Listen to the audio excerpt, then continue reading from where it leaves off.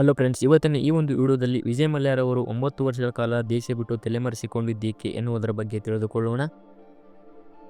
ವಿಜಯ್ ಮಲ್ಯ ಒಂದು ಕಾಲದಲ್ಲಿ ಮದ್ಯದ ದೊರೆ, ಭಾರತದ ಉದ್ಯಮ ಲೋಕದಲ್ಲಿ ಕಿಂಗ್ ಆಗಿ ಮೆರೆದವರು. ವಿಜಯ್ ಮಲ್ಯರವರ ಬಳಿ ಎಲ್ಲವೂ ಇತ್ತು.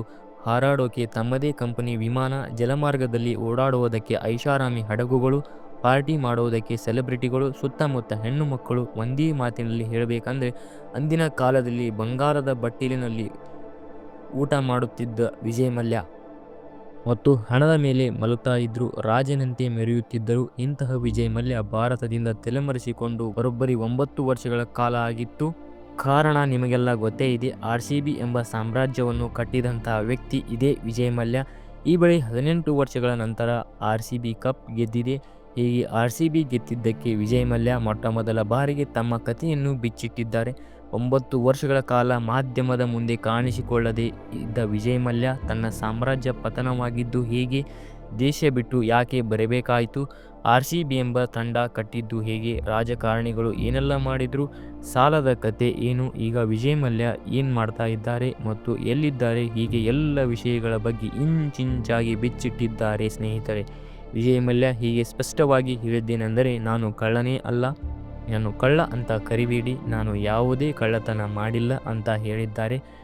ವಿಜಯ್ ಮಲ್ಯ ಸಾಲ ಎಷ್ಟು, ಈಗ ಹೇಗಿದ್ದಾರೆ ಮತ್ತು ಏನು ಮಾಡ್ತಾ ಇದ್ದಾರೆ ಎಲ್ಲವನ್ನು ಸಂಪೂರ್ಣವಾಗಿ ತೋರಿಸ್ತೀವಿ ನೋಡಿ ವೀಕ್ಷಕರೇ.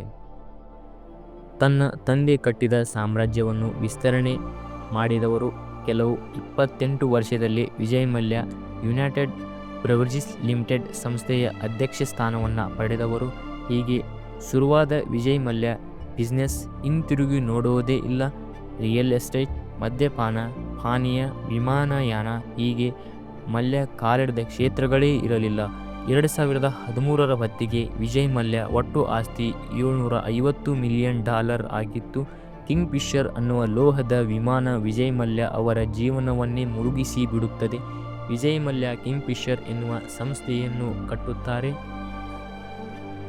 ಅದೇ ಅವರ ಜೀವನಕ್ಕೆ ಮುಳುವಾಗಿದ್ದು, ದೇಶದಲ್ಲಿ ಐಷಾರಾಮಿ ವಿಮಾನಯಾನವನ್ನು ನಡೆಸಲೇಬೇಕೆನ್ನುವ ಕನಸಿತ್ತು. ಇದೇ ಕಾರಣಕ್ಕೆ ಕಿಂಗ್ ಫಿಶರ್ ಎಂಬ ವಿಮಾನ ಸಂಸ್ಥೆಯನ್ನು ನಿರ್ಮಾಣ ಮಾಡುತ್ತಾರೆ. ಇದಕ್ಕಾಗಿ 2007ರಲ್ಲಿ ಏರ್ ಡಕ್ಕರ್ ಜೊತೆ 550 ಕೋಟಿ ಡೀಲ್ ಮಾಡಿಕೊಂಡು ಕಿಂಗ್ ಫಿಶರ್ ಅನ್ನು ಕಟ್ತಾರೆ. ಈ ಡೀಲ್ಗೆ ಬಳಸಿದ ಎಲ್ಲ ಹಣ ಲೋನ್ನಲ್ಲಿ ಪಡೆದಿರುತ್ತಾರೆ. ಕನಸಿನ ಕಿಂಗ್ ಫಿಶರ್ ಏರ್ಲೈನ್ಸ್ ವಿಜಯ್ ಮಲ್ಯರನ್ನು ಮುಳುಗಿಸುತ್ತಾ ಬರುತ್ತದೆ. ಆಕಾಶದಲ್ಲಿ ಹಕ್ಕಿಯಂತೆ ಹಾರುತ್ತಿದ್ದ ಕಿಂಗ್ ಫಿಶರ್ ವಿಮಾನದ ರೆಕ್ಕೆ ಕಟ್ಟಾಗಿ ಪರಿಸ್ಥಿತಿ ಎಲ್ಲಿವರೆಗೆ ಬರುತ್ತದೆ ಅಂದರೆ ವಿಮಾನದ ಸಿಬ್ಬಂದಿ ಸಂಬಳ ಕೊಡುವುದಕ್ಕೆ ಹಣ ಇರುವುದಿಲ್ಲ. ಹೀಗಾಗಿ KDBI ಬ್ಯಾಂಕ್ನಿಂದ 800 ಕೋಟಿಯಷ್ಟು ಹಣ ಪಡೆಯುತ್ತಾರೆ.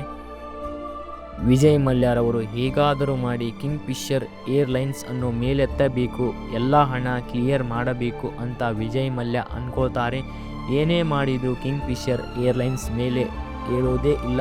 ಬ್ಯಾಂಕುಗಳು ಸಾಲ ಕೊಡೋದಕ್ಕೆ ಬಿಲ್ಕುಲ್ ನಿರಾಕರಿಸುತ್ತವೆ.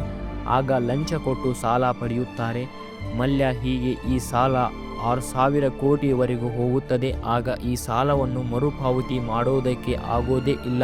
ಇಂತಹ ಸಂದರ್ಭದಲ್ಲಿ ಮಲ್ಯ ದೇಶ ಬಿಟ್ಟು ಹೋಗುವುದು. ಈಗ ವಿಜಯ್ ಮಲ್ಯ ಈ ವಿಷಯದ ಬಗ್ಗೆ ಸ್ಪಷ್ಟನೆ ಕೊಟ್ಟಿದ್ದಾರೆ. ಅವತ್ತು ನಾನು ಸಾಲ ಕಟ್ಟುವುದಕ್ಕೆ ಸಾಧ್ಯವಾಗದೆ ದೇಶ ಬಿಟ್ಟು ಹೋಗಿರಲಿಲ್ಲ.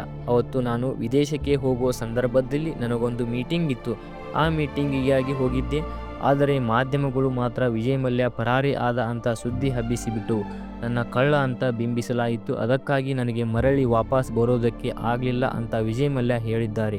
ಇಲ್ಲಿ ಮತ್ತೊಂದು ಪ್ರಮುಖ ವಿಚಾರವನ್ನು ವಿಜಯ್ ಮಲ್ಯ ಹೇಳಿದ್ದಾರೆ. 2016ರಲ್ಲಿ ಭಾರತದ ತೊರೆಯುವ ಮೊದಲು ಆಗಿನ ಹಣಕಾಸು ಸಚಿವ ಅರುಣ್ ಜೇಟ್ಲಿ ಅವರನ್ನು ಸಂಸತ್ತಿನಲ್ಲಿ ಭೇಟಿಯಾಗಿ ಬ್ಯಾಂಕುಗಳಿಗೆ ನನ್ನ ಜೊತೆ ಕುಳಿತುಕೊಂಡು ಸೆಟಲ್ಮೆಂಟ್ ಮಾಡ್ಕೊಳ್ಳಿ ಅಂತ ಹೇಳಿ ಹೋಗಿದ್ರಂತೆ ವಿಜಯ್ ಮಲ್ಯ. ಆದರೆ ಬ್ಯಾಂಕುಗಳು ಮಾತ್ರ ಸೆಟಲ್ಮೆಂಟ್ಗೆ ರೆಡಿ ಇರಲಿಲ್ಲ ಅನ್ನುವ ವಿಚಾರವನ್ನು ಕೂಡ ವಿಜಯ್ ಮಲ್ಯ ಹೇಳಿದ್ದಾರೆ.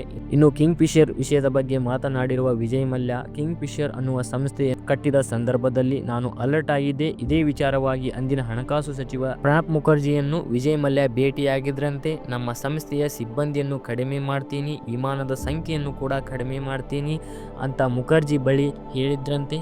ಆದರೆ ಮುಖರ್ಜಿ, ನೀವೇನು ಟೆನ್ಷನ್ ಮಾಡ್ಕೊಳ್ಬೇಡಿ, ನಿಮಗೆ ಬೇಕಾದ ಸಪೋರ್ಟನ್ನು ನಾವು ಕೊಡ್ತೀವಿ, ಬ್ಯಾಂಕುಗಳು ಕೂಡ ನಿಮಗೆ ಕೋಆಪರೇಟ್ ಮಾಡ್ತವೆ ಎನ್ನುವ ಭರವಸೆಯನ್ನು ಕೂಡ ಮುಖರ್ಜಿಯವರು ಕೊಟ್ಟಿದ್ರಂತೆ.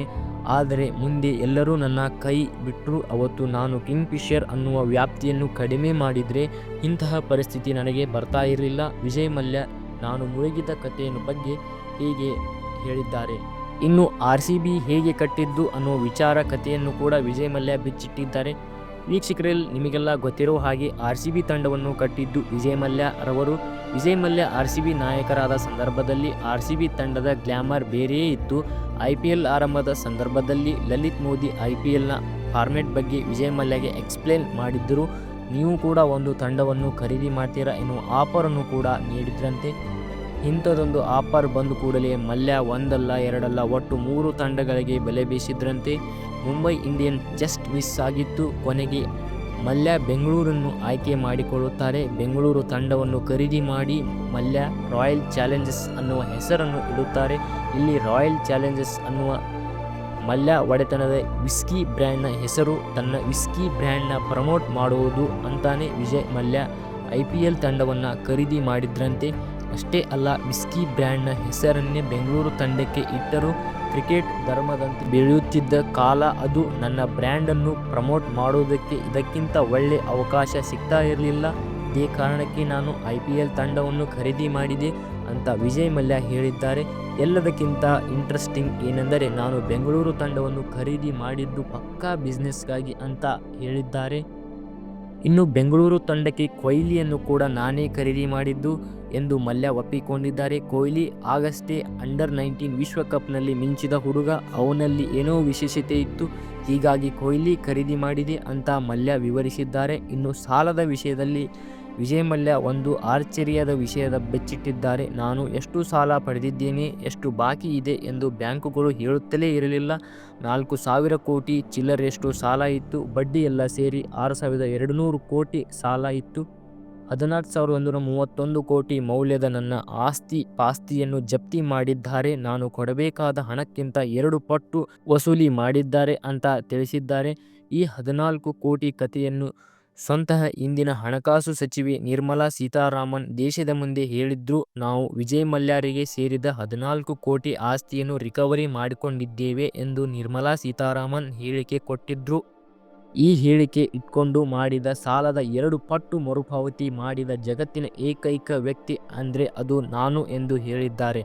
ಇನ್ನು ವಿಜಯ್ ಮಲ್ಯ ಈಗಲೂ ಬಿಸ್ನೆಸ್ ಮಾಡಿಕೊಂಡಿದ್ದಾರೆ. ಸದ್ಯ ಅವರು ಲಂಡನ್ನಲ್ಲಿ ವಾಸವಾಗಿದ್ದಾರೆ. ಬೇರೆ ಬೇರೆ ದೇಶದಲ್ಲಿ ಅವರು ಆಸ್ತಿಯನ್ನು ಹೊಂದಿದ್ದಾರೆ.